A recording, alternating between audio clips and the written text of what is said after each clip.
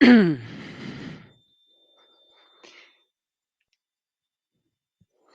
everyone. I see that I'm live, so welcome.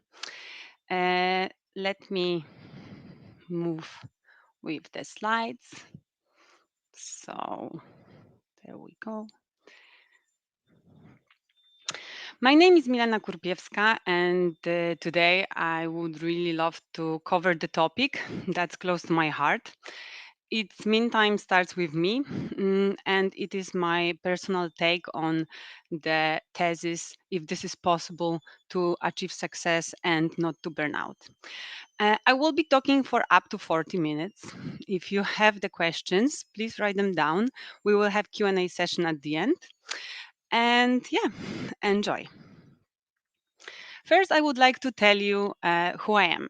So, as I mentioned, my name, maybe that doesn't tell you a lot, but in general, I'm data science manager. I work at Lingaro, and these are my achievements over 12 years of my professional career. Well, I am very proud of them. One of those is, for example, the fact that currently I'm a manager of 20 people and 10 of them are women. Uh, and actually, those are data scientists, so it's a technical team. But that is only one part of the story. The second part is actually that um, that slide and those activities. They are a complementary part of me. These are the meantime activities. And as personally, I'm the extrovert, these are the activities that are my meantime activities that boost my energy. And as you can see here, I travel and work. I actually, here you see my team. So I go out with my team after work. That's still considered work. I travel for work and I run with my team. I also sometimes paint and do all of the other related to work or not activities. Without these moments, I wouldn't have all of the external successes that I have that I showed to you in the slide before, all of the promotions, new jobs, and all of that. So, this topic is also very personal to me because I'm reaching 35 soon. And according to some studies I will show you in a second, this is a very crucial moment in our career. So, let me move to the meantime. As I mentioned, right, we have uh, currently the time after, especially after pandemic, when a lot of things are happening remotely. Even now, I am sitting at my home in a remote setting, and you are somewhere there. I believe you are already enjoying the presentation, but for sure you are doing something in the meantime. Like maybe you are doing the laundry, as I am. Maybe you are opening the door for your courier, or maybe you are driving your car, picking up the child, you are at the doctor's door. And this is what we are doing many times. At the same time, we are doing many activities. We are at the company wide meeting, and then we are also doing the lunch. And sometimes my team members, they are at the university, and in the post they call and they dial in into the meetings. So they are actually in two places in a way at the same time. I had even once a mentee in my life that not only she was the head of ISEC, she was studying, but she was also going to the work. She was doing external courses, and all of that she was doing in the meantime. But the question that I would like to ask you is, how long can we do it? How far can we go with that? And how many activities can we squeeze in the meantime? Well, you can't get honey from a rock. And in Polish, z pustego i Salomon nie naleje, means that in general, we, we actually need also some time for recovery. So I would like to run some exercise now and tell you a little bit of the story. And here is a disclaimer. So please, no identification with actual person, places, and products is intended or should be inferred in those stories. Whatever you see here, it's fictional, even if it really resembles many of the people that you could meet, or maybe some resemblance to, uh, well, you even. Okay, so let's begin. Far, far away. Well, no. Actually, let's stay close to us. So maybe in Warsaw or some the big city that you live in. In Poland, this is considered the 200k plus inhabitants when there is a big city. So we are in the city. And now let's get into the street of the city.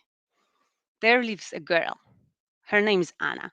She's just finalizing her studies, starting a new job. She's young, smart, and she is very, very eager to do a lot and achieve a lot. She is around in her early 20s. Okay, let me twist that. So maybe you watched Spider Man or Deadpool, or you are fans of Umbrella Academy, as I am. Then please, let's imagine the multiverse. And let's imagine that you are Anna. And when we will be going now over the exercise, try to identify the situations, and we will run over three of them, in which you did not, as Anna, put yourself first while responding to the question of your boss and while you were responding in the meantime. And why do you think so? Okay, situation first.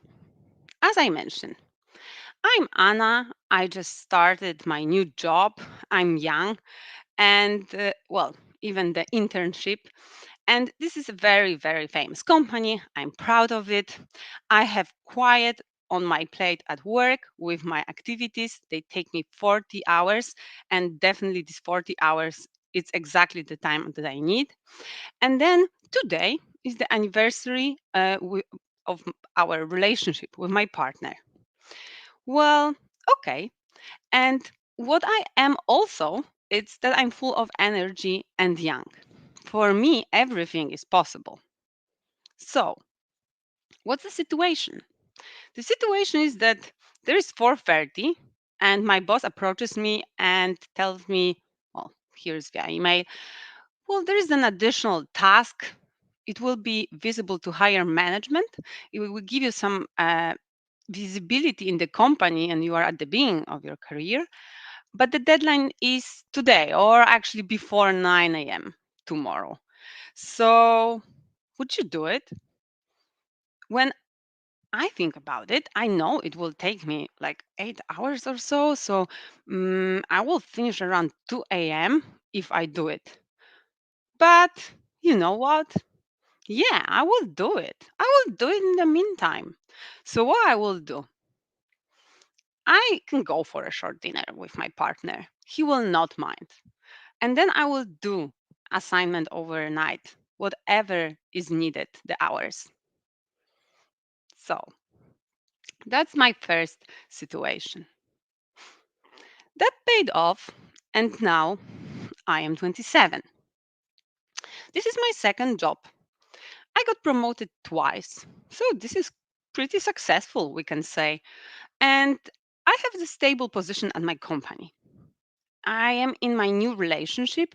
Whatever happened before happened, but now it's a new life. And I'm excited for the new options. I'm still young. It's time for me to grow. So let us look what is happening in the situation second. Hmm, my boss gives me the possibility to join the project abroad.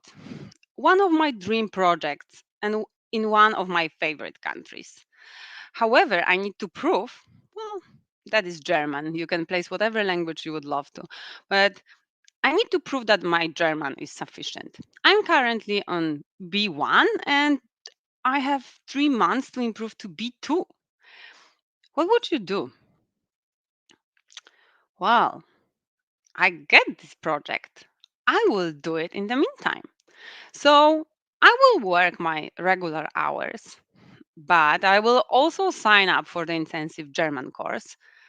And why I will just do it because I can. And yeah, I get the project. So the situation follows, and well, we can say that kind of the things were positive and turned out well. We are at the stage of 31 years old. As Anna, I'm still in my second job. It's already boring a little bit. It's been few years, right? At least 6 if I was promoted twice. So this has been a while. And my relationship survived. We have a dog. It's stable. I like it. I know my values because around 30 we also tend to already ground ourselves and realize what's important for us. I know where my limits are and I believe in myself. What's the context? So I'm approached by a headhunter and yeah, I can get the job. The job is full of visibility, responsible, and this is a big jump in my career. I will need to spend long hours at work. This is a big change. But okay, what would I do, right? I will do it in the meantime. I will start the job. I can work as much as needed in the stressful environment and with extra effort of energy when I'm starting the new position with to show myself. And I will manage to spend time with my partner and, of course, take care of our pet and keep it all healthy, right? Because I will have enough energy to maintain everything, my well being, relationship, and the job, and everything. And so I do. I start the job. Okay, so, well, now I'm 34. And why do I feel so tired? Why do I not have energy to wake up and why I'm not happy with my job? Did you know that when it comes to age, Europeans between 25 and 34 years old emerge as the most vulnerable group, and 72% of us already experienced the burnout? When you think about it, this is super sad, right?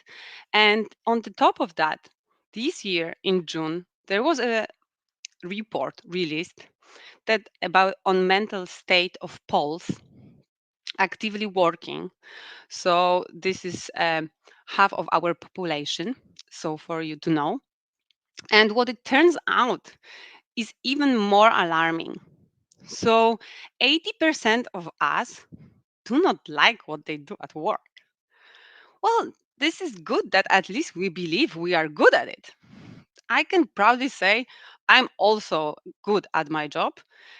However, I am in minority because I like my job.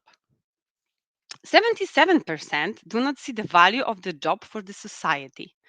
This is another super sad statistic, especially if you compare it to the 40%, where 40% of us still believe that the success that we have at job, the professional success, is actually equal to the success in your life. So if you are not happy with it, then it will all lead to increased stress and to the burnout. How happy can you be if you do not believe what you are doing, right? And then when you look at it, the consequence of that is even sadder. So 40% of us almost, they feel that they are too tired to happily rest. So if you already even close your laptop at 5 p.m. and you think like, yes, this is my time, I am going out, then you are not even recovering once in a week. And of course, the younger generation, so I still consider it me, so millennials and the Generation Z, uh, they are above average with those statistics.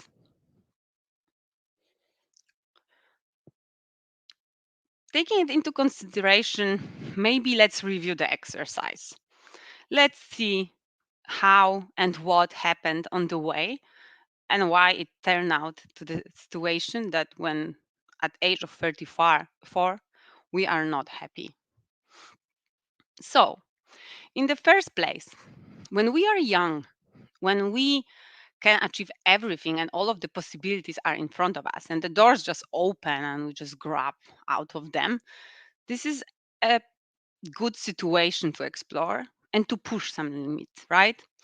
And the consequences of the situation, what Anna did, so she actually did the job and sacrificed a little bit her relationship, had some positive and negative consequences, right? So she got some exposure. So, well, now we can move to her, right? So she got the exposure, learned the task, and was noticed by the boss, right? But at the same time, some of the things happened, right? In the partner was not so happy, not enough sleep, and so on. And mm, this is something that we also need to think of. We tend to overestimate the short term versus long term value. So in that case, she was in the short term situation when she had to decide if she had the deadline to meet. Yes, we must meet our deadlines.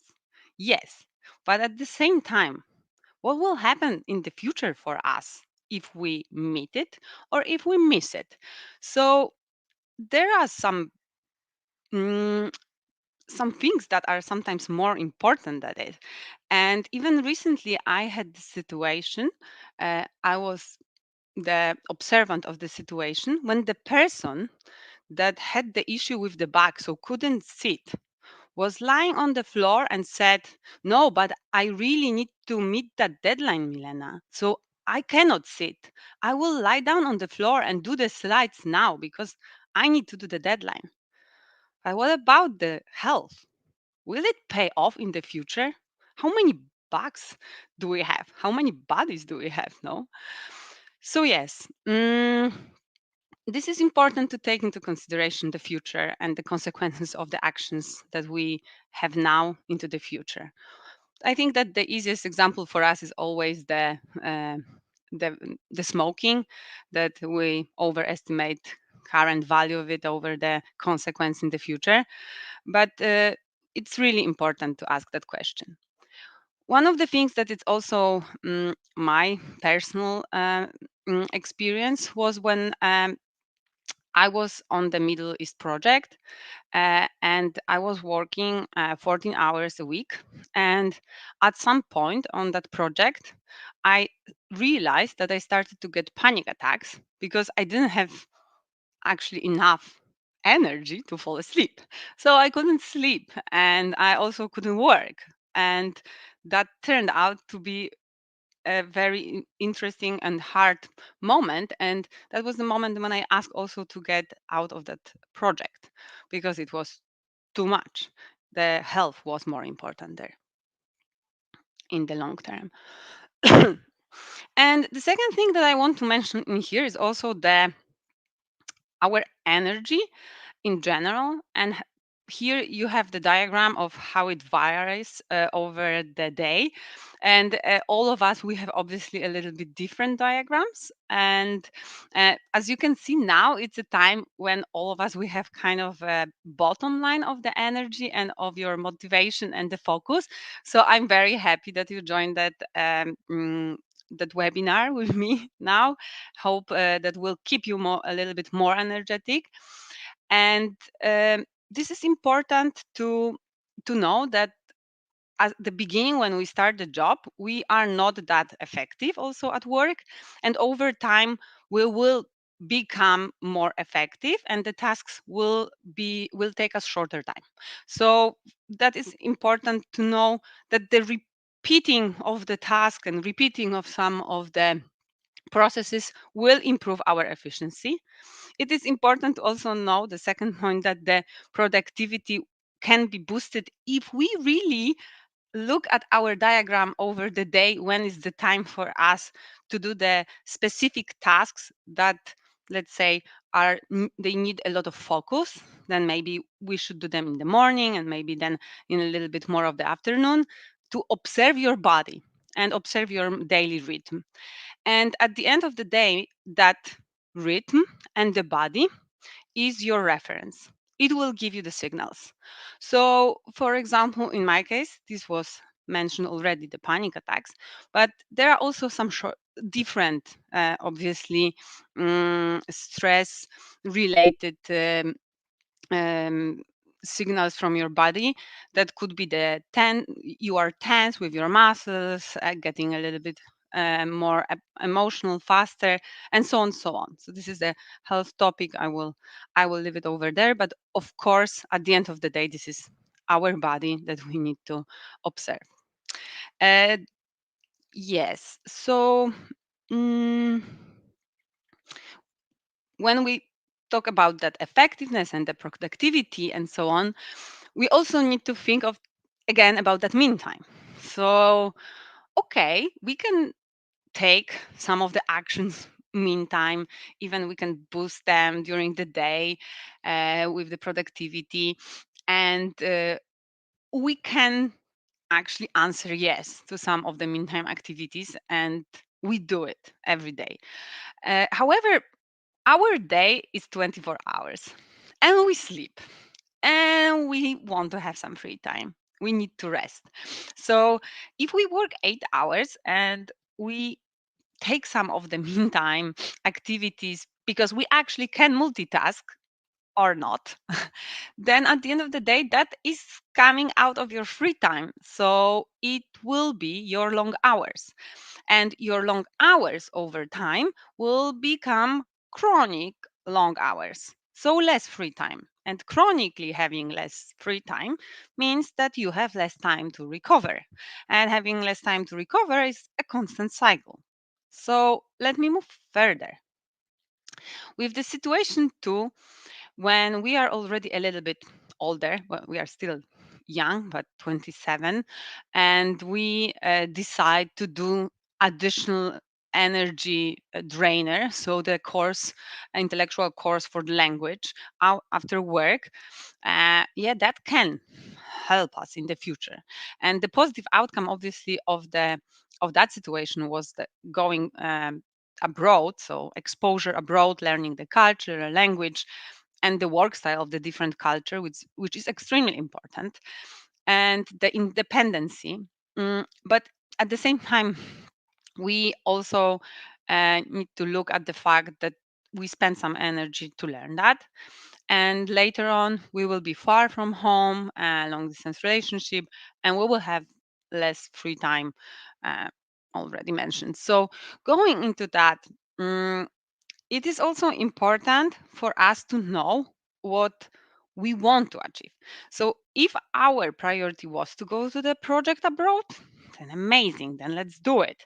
But if in a way we are pushing our boundaries and that was not the place where we wanted to actually be pushed for, this is the time where we need to say no.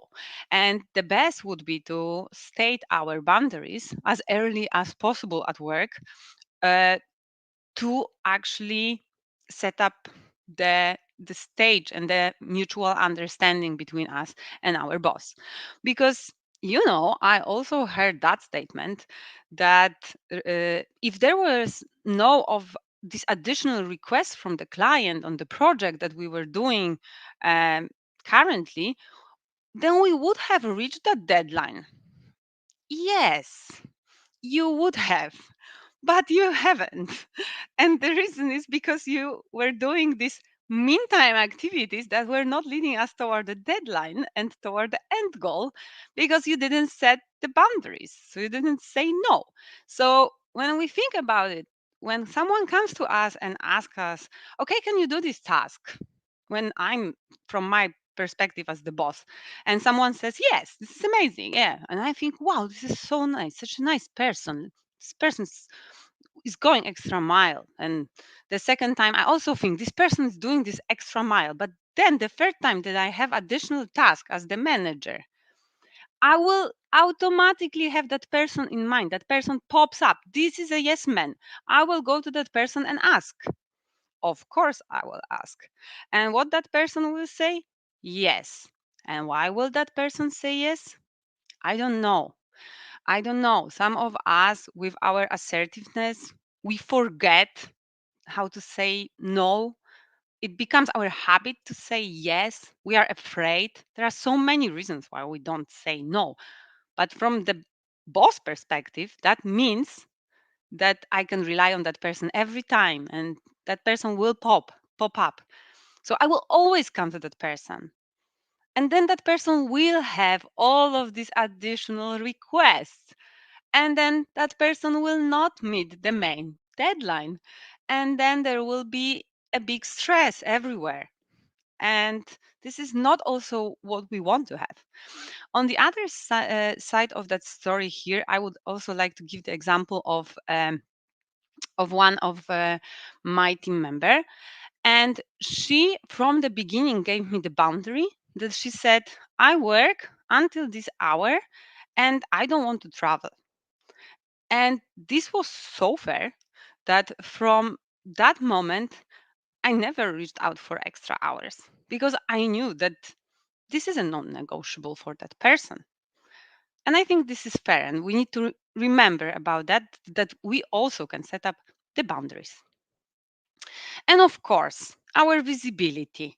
When we are young and we want to show off to our bosses, we have this mindset like, the more I do at work, the more my boss will appreciate me. Eh, yeah, but at the same time, the more I do, again, the less time I have, the less effective I become, or maybe the more frustrated I am, or maybe there is no time to actually talk about all of those things that I'm doing. And then how will the boss appreciate me? There are not that many bosses that they sit and they think, how can they appreciate us every day? There are some, and they are very valuable and extremely important for us. And this is amazing. It's changing. But still, we need to care about our visibility ourselves. So we need to dedicate some time. We can do all of the activities in the meantime, addition to our work, but we also need to do some meantime to promote it. So to show it, and also to have some time to be happy about it. Even all the companies or all of any brands, they have some marketing, and there's all of these promotions everywhere. So they go and they advise everything, and they have the dedicated time for it. We to show us, we also need to have time for that. And for that, my take is that in my previous life, so I mean, in my previous job when I was working for Facebook, I really focused so much on doing the great delivery work every day and spending my time doing the tasks that I again forgot about advising myself about being visible somewhere. That when it came at the end of the project to prolong one person, I was not the one that was chosen, not because of the quality of work, but because of the fact that the other person went for the surfing with the guys or so, and they liked him. And that also sometimes is the case. We are chosen not always because of our quality of work, and that is the sad truth, especially the higher we get. And yeah, we could talk about that topic also a lot. Okay, the third situation is when we are 31. When we are 31, of course, so we can go to the new job, and then we can grow career again, get the boost and spend a lot of time, and so on, so on.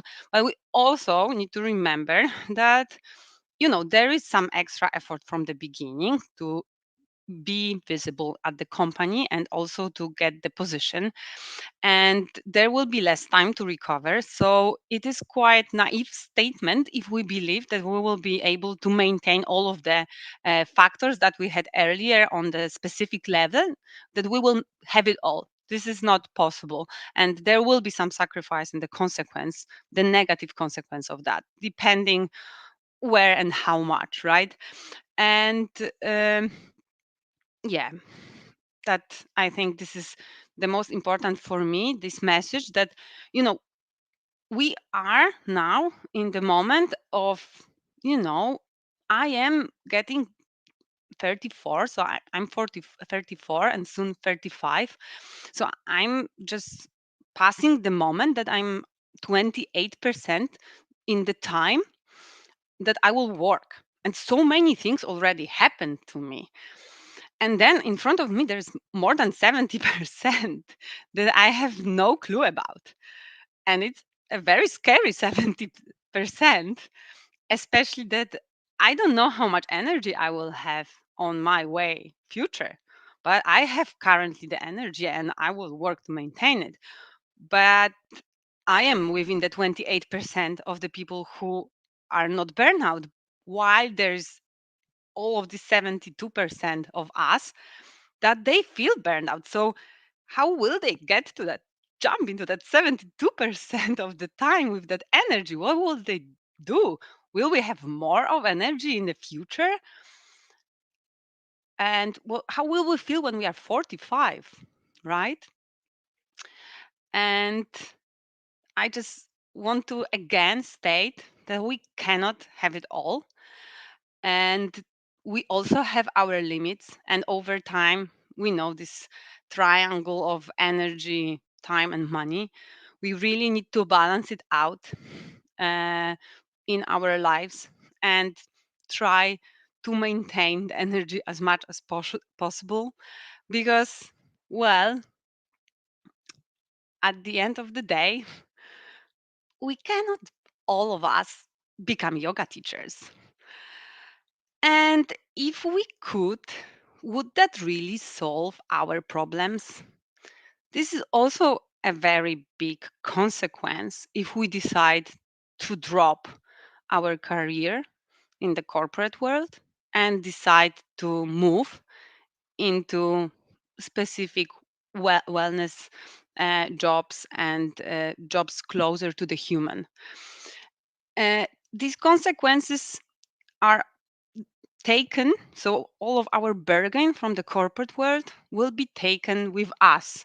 So we need to think how we would like to change and balance it out also in as the yoga teacher, because we can become again very addicted to our work and work constantly even after work.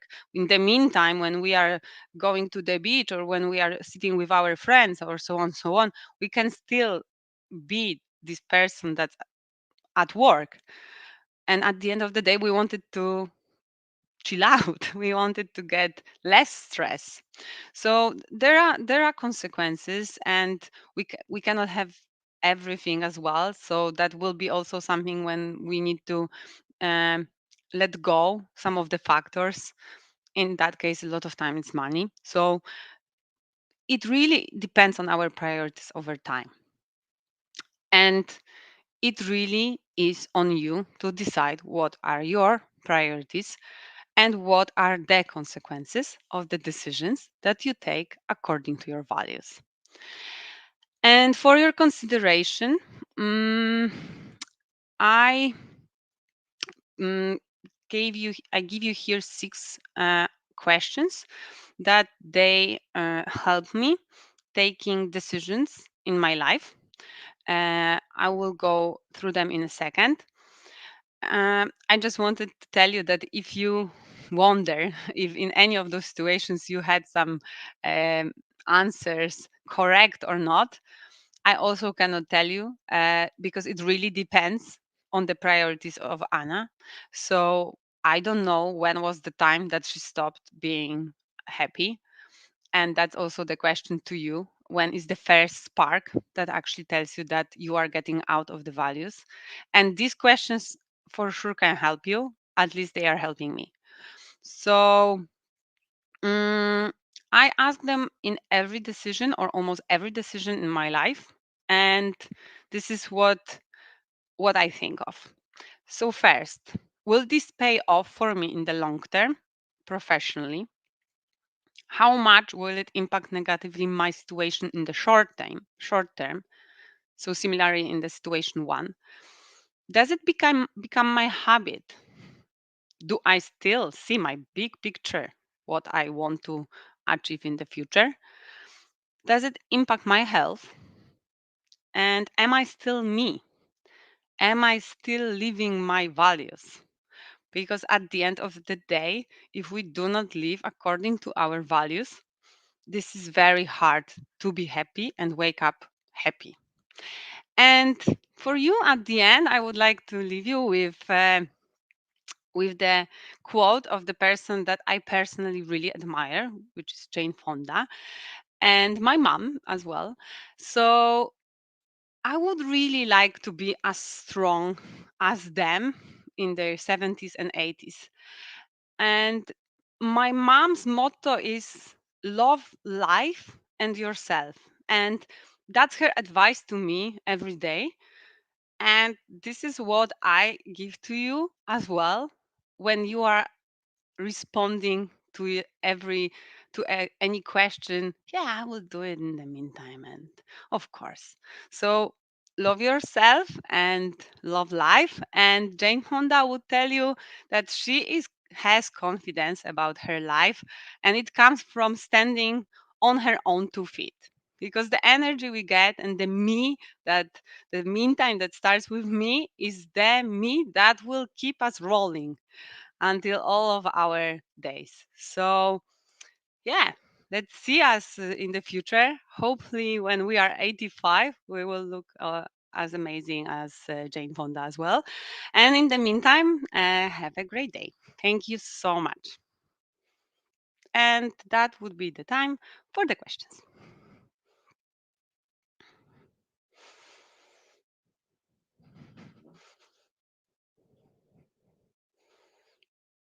Okay, so the first question that I get: wise man once said, move fast and break things. Unless you are breaking stuff, you are not moving fast enough.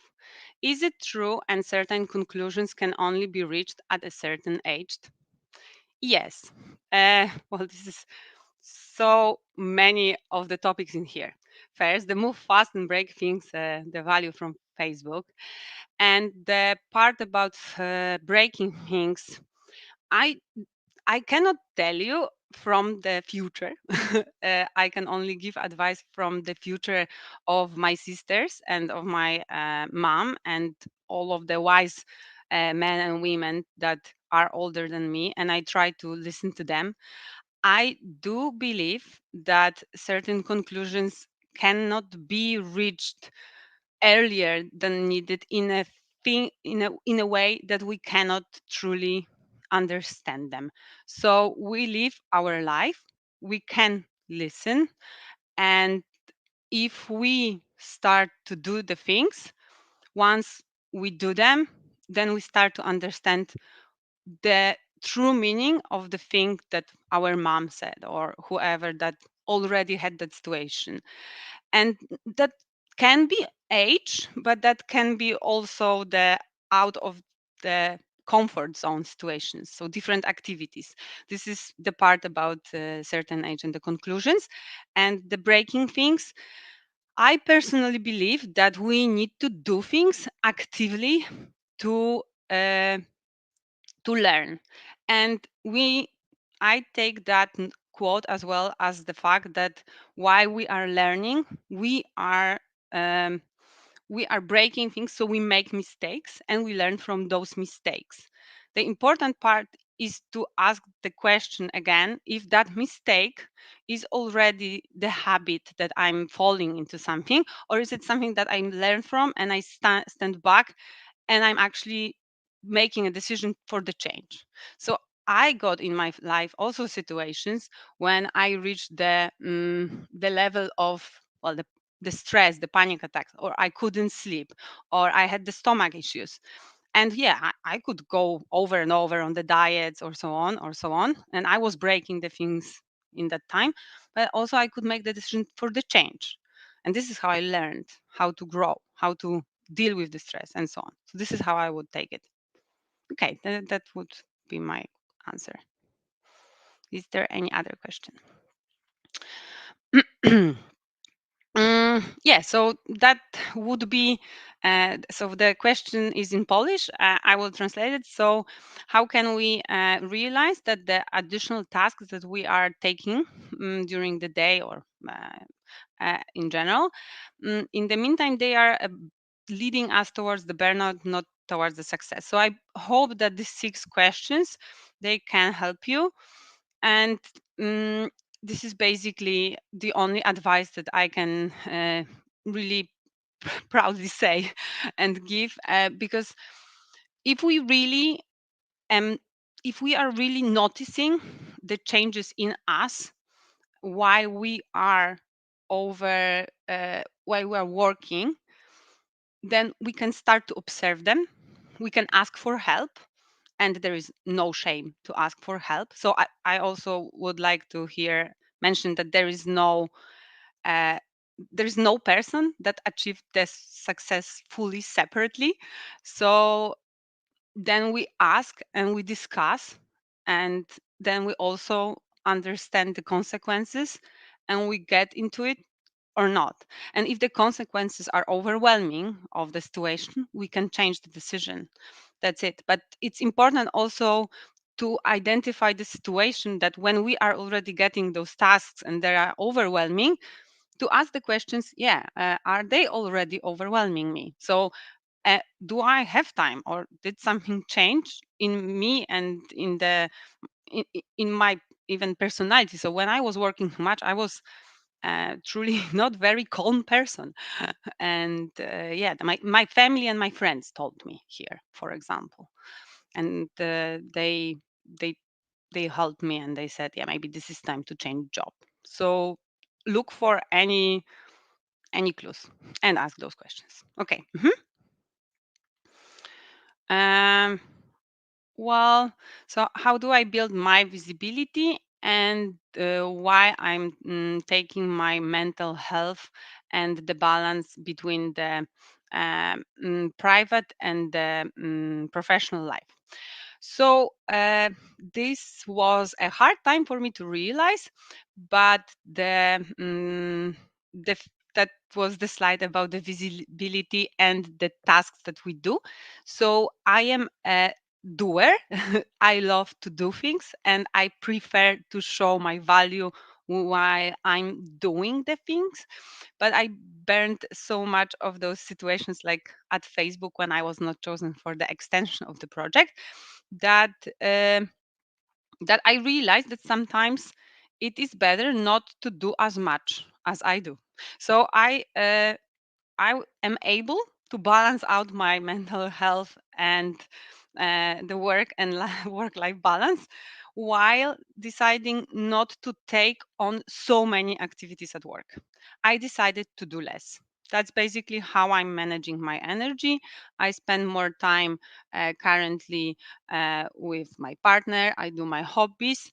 And at work, I spend time. So I work 8 hours. And instead of 8 hours directly doing the tasks, I do them, let's say, 6 hours, and 2 hours I also spend with people to talk.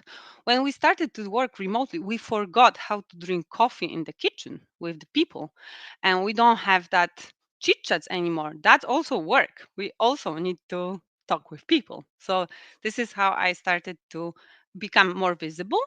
And the other visibility, obviously, I take carefully on additional tasks in that time when I do my base with the tasks. So I try not to do them as many as possible. For example, with the conferences, I take them twice a year. Okay, that would be it.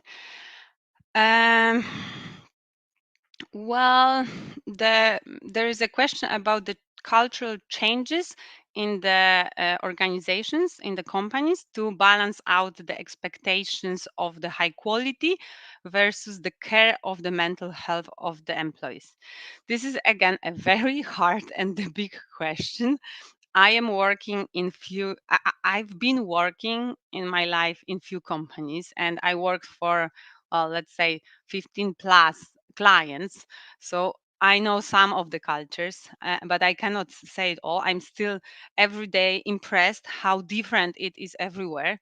Uh, so I cannot simply say what we need to change for us to balance it out.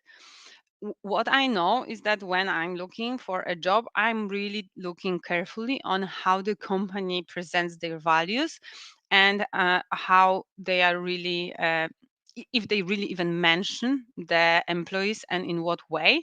And then if I take on the job, then I take on the consequences, because I am too small to change the world. And whatever I can change internally, I do. Even when I left the company with the values that was against that care of the mental health, I did the statement and I left on the 8th of March. And my goodbye email stated so that there needs to be a change. And the companies slowly see that, you know, there will be not more of us on the market. And there are more of us that are vulnerable, and we are not afraid of that, and this is fair and this is okay. And we, for example, we have the trainings how to work with the younger generations and what are the cultural differences. So this is something that's already happening, for example, at Lingaro. I don't know at different companies, but of course I wish that, for example, would happen. Okay, is there any other question? So many questions, thank you so much. um does it become my habit? What's the purpose? Yeah, okay. So that's the reference to the yes men. Yes, I will do. Yes, I will do that. I will do this. I will do that. And I am yes for everything. But at the end of the day, like, are we really yes for all of that? Uh, we have If we have energy and it is okay for us, let's go for it and let's do everything. I mean, this is amazing, like, let's be so happy. But if we are doing it only because it's a habit and we are afraid to change something, so, like, I will not say no because I said so many times yes to Milena. How will she respond? Then, yeah, then maybe this is not the case. Maybe this is a moment when we set up the boundary. Sorry, this is no. Now you see me, you reached the moment that I don't want to do more. I need to take care of myself. And a lot of people do it when they go to therapy, right? So they start to understand when is the moment that they need to set up the boundary, or say no. They, like, I don't want to talk about that topic, for example. This stresses me out. I cannot do it in the meantime because I have to take care of my sick child or whatever, right? So this is the purpose. Mhm.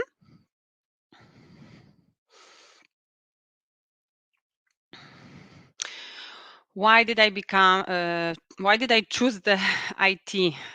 Oh, wow. And is it hard to compromise the career in IT together with being in the relationship when the partner is not does not understand what you do at the computer? This is another amazing question. I could I could talk for hours. It uh, Simply to say, it's not that easy to explain, obviously, but that all of the relationships that are valuable and last long should be based on the respect. So even if we do not understand what whoever sits next to us is doing, the most important part is to respect that. And it doesn't matter then. It is okay. Like, I also do not really understand what my partner does at his job. I'm very proud of him. He's successful. And I think that's the most important part. If we want to go a step further and talk about it and be part of it and expect to be part of it, then it's a different and separate topic. And why did I choose the career in IT? I don't know if I can answer easily also to that question. I always knew that I wanted to be close to the technology, and I always knew that I want to be close to the human. And what I understand as my value now is that I can translate people who are in the technology side and be able to be the proxy to people who are outside of it. So this is why I stayed. Why I chose, it's because I loved science and I loved people. So somehow I try to connect it. Mhm. Do we have more questions? Okay, there are so many questions. Thank you so much. That was it. It took us 50 minutes. Again, thank you so much. I hope that gave you at least one of the things, like one thing that can. Sorry, I will stop sharing. I really hope that it will give you at least one of the things that you will take with you. With so much content and so much of the like do it now and all of the things that are popping from everywhere, it is important for us to stay me. Okay. Thank you. Bye.